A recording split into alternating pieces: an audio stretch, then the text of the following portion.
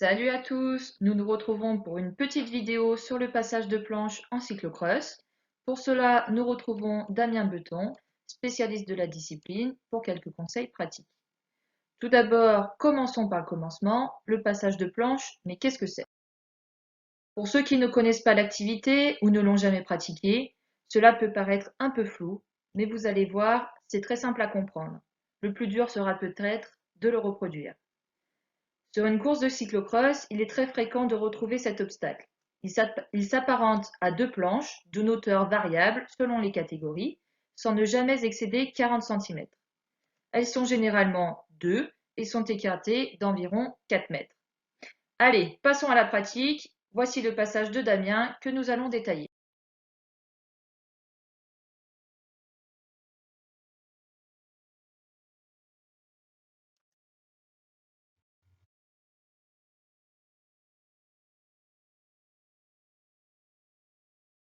Sur ce passage, nous pouvons analyser différentes phases. Tout d'abord, la descente du vélo.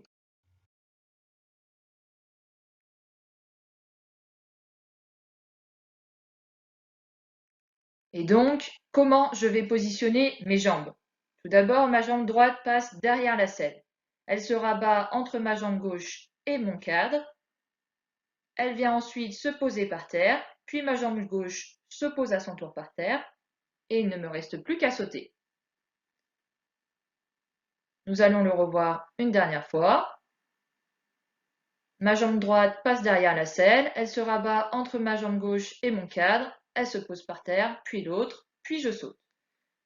Je vous montre ce que ça donne sous un autre ordre.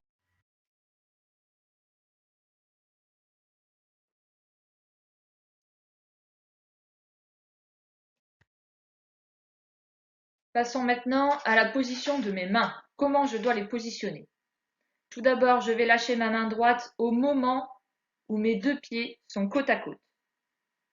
Je pose cette main droite sur mon cadre et ensuite, je vais pouvoir descendre du vélo. Donc là, je lâche ma main, je la pose sur mon cadre, je descends du vélo et je porte celui-ci. On va faire attention à ma main gauche maintenant, ma main gauche qui ne bouge pas, c'est-à-dire qu'elle reste toujours sur le cintre. Vous voyez, elle ne bouge pas, même lorsqu'il va porter son vélo. On le voit très bien, elle ne bouge pas cette main gauche. Par rapport à ma main droite, celle-ci, vous allez la poser sur le cadre, mais si vous avez un VTT ou un vélo lourd, n'hésitez pas à rapprocher cette main au plus proche de la tige de selle, car ce qui pèse le plus lourd sur votre vélo, c'est généralement ce qui constitue l'arrière de votre vélo. Ce sera plus simple pour vous. Enfin, mais à quelle distance je dois descendre de ce vélo? C'est la question que nous pouvons nous poser. Vous devez descendre de votre vélo le plus proche possible de la planche, pour d'une part perdre le moins de temps possible et d'autre part pour s'économiser au mieux. En effet, il faut comprendre que vous mettez forcément plus de temps en courant qu'en roulant, et vous allez vous économiser également plus sur votre vélo qu'en dehors. Mais attention, ne soyez pas trop gourmand là-dessus, car à grande vitesse, si vous attendez trop, c'est la chute. C'est donc à vous et à vous seul de trouver votre distance optimale et aussi votre vitesse optimale. Nous verrons par la suite. Après avoir vu cette première phase de descente du vélo, la suite serait le portage du vélo, que nous n'allons pas détailler puisqu'il suffit de porter votre vélo au-dessus des obstacles. Nous allons voir la remontée sur le vélo.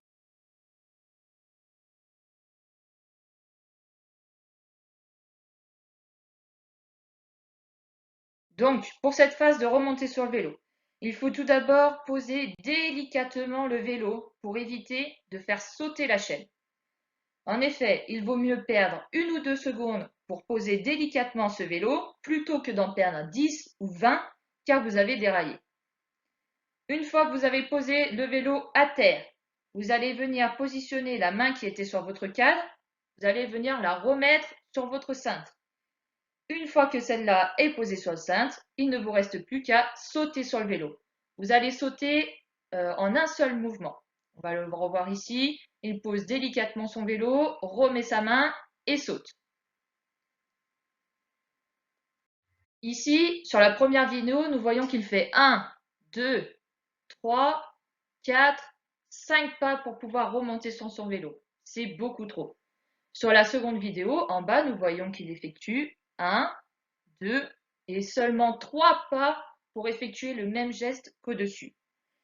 Il faut donc remonter le plus rapidement possible sur ce vélo, car, comme nous l'avons expliqué juste avant, vous gagnez plus de temps et d'économie sur le vélo plutôt qu'à pied.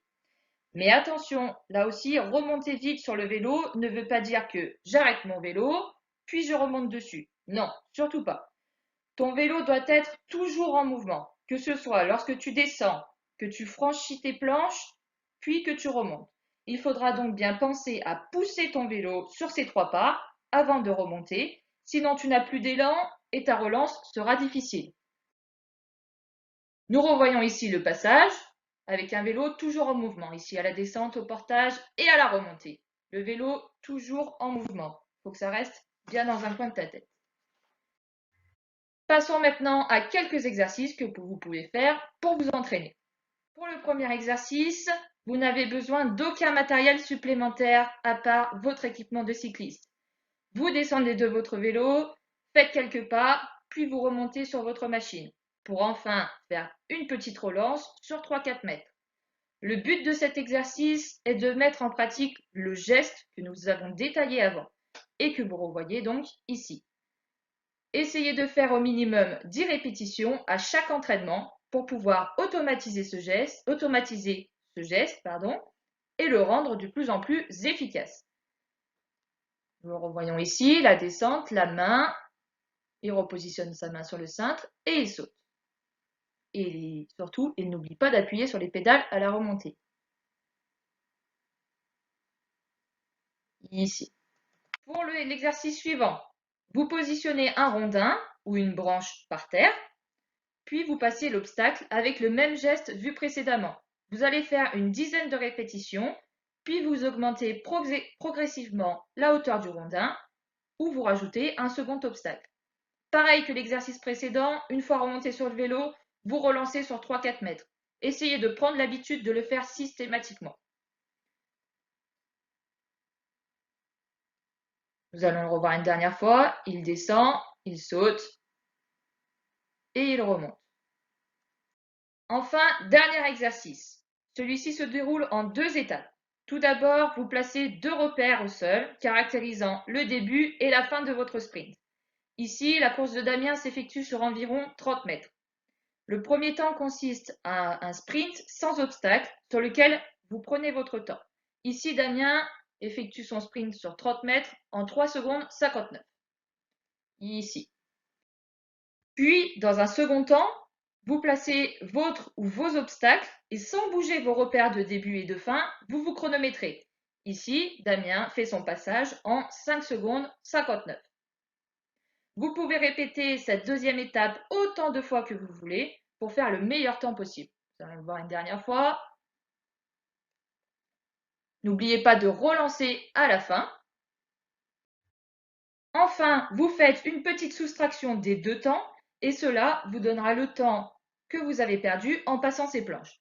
Par exemple, sur le tableau d'en haut, nous voyons que Damien a un temps de 3 secondes 59 sans planche et de 5 secondes 59 avec les planches. On fait une petite soustraction, ce qui donne une différence de 2 secondes, c'est-à-dire que Damien a perdu 2 secondes en passant les planches. Le tableau d'en dessous est pour vous situer, d'accord? Mais attention, il est approprié à la situation et aux conditions de notre crossman ici présent, mais peut-être pas à tout le monde. Le but final reste de perdre de moins en moins de temps sur ce passage de planche par rapport à votre sprint initial. Et c'est ce que vous devez retenir. Voilà pour ces explications. Maintenant, c'est à vous de jouer. On compte sur vous pour nous envoyer vos vidéos. Vous pouvez les envoyer à Annelise ou les mettre sur le groupe WhatsApp sur lequel nous pourrons vous faire des retours.